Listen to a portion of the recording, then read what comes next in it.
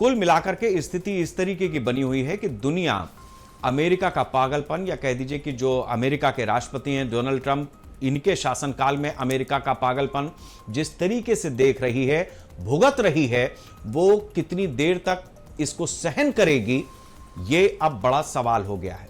बिलबिला रहा है अमेरिका, इसमें भी कहीं कोई दो राय नहीं रह गई है।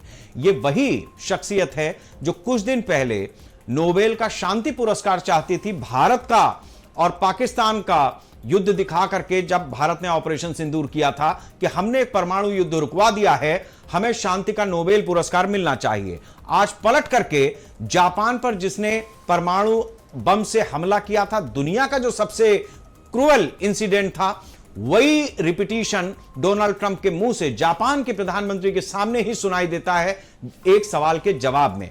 इस लिहाज से यह समझा जा सकता है कि जब जेब में माल नहीं होता है, आर्थिक तंगी होती है, तो किस तरीके का पागलपन किसी राष्ट्राध्यक्ष पर या किसी देश पर भी सवार हो सकता है। लूट मार, लूट खसोट, जब कहीं क्राइसिस होती है, कोई आपदा आती है, तो हमने देखा है कि हमारा पड़ोसी मुल्क है पाकिस्तान, वहां पर खाने पीने की चीजों की लूट मच जाती है, लोग एक दूसरे के कत्लेआम में लग जाते हैं। ये अमेरिका है, ये दुनिया में जाकर के कत्लेआम कर रहा है, कर लूट खसोट ही रहा है। इसमें और पाकिस्तान के ज्यादा अंतर नहीं है। इसके पास जो बम पटाखे हैं वो छोड़ता है, वहां वो छोड़ रहा है।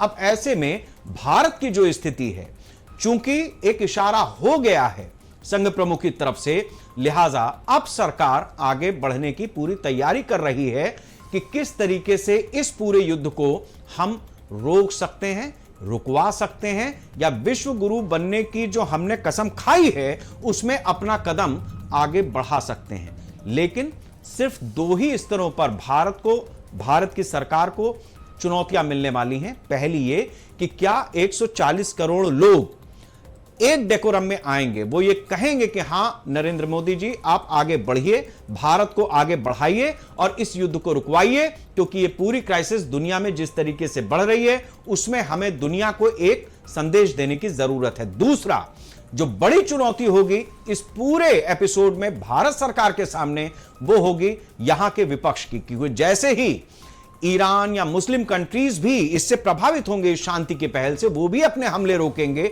उधर अमेरिका और इजराइल रोकेंगे।